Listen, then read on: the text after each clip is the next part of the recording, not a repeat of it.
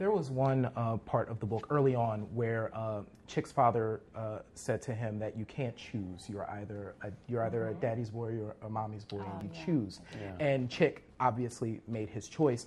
But I thought back to my childhood. I have my parents; they're lovingly still together. They've been together for many years, and they're great. But I think I was equal. I think I was equal. I think I was both. I think you can be both. I think you can be both. No. Right. You can be both.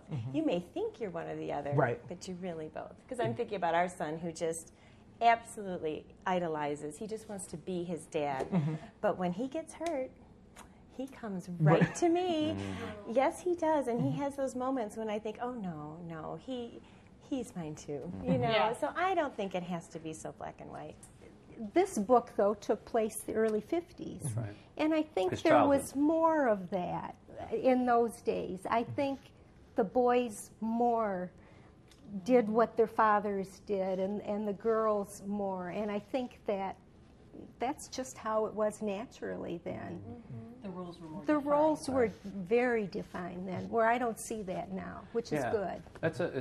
That's a very astute point, and it's not an accident that I set this in the 50s and the 60s, because I wanted to put divorce into a more of a vacuum. If I tried to write this story taking place in 2006, divorce is so commonplace that it brings no stigmas anymore. It's all part of the thing. But I remember in my neighborhood, there was one divorced woman, total.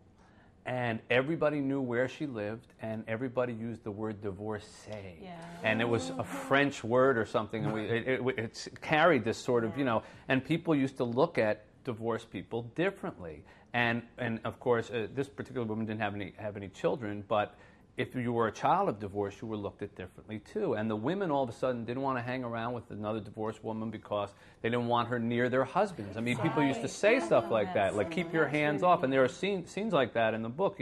Don't get any ideas about my husband now that you lost yours.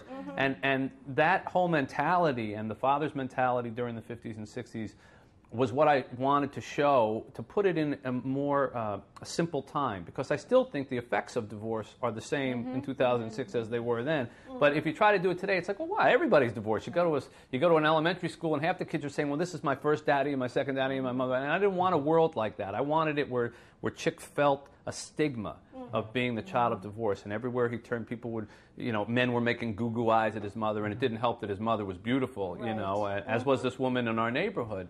In fact, there's a scene in the book where two kids get binoculars, and they're actually looking in Chick's mother's bedroom, and that happened in our neighborhood.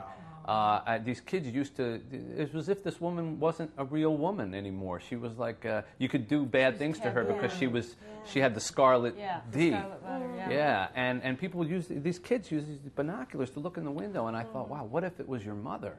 And in the book, that's what happens. He comes upon them.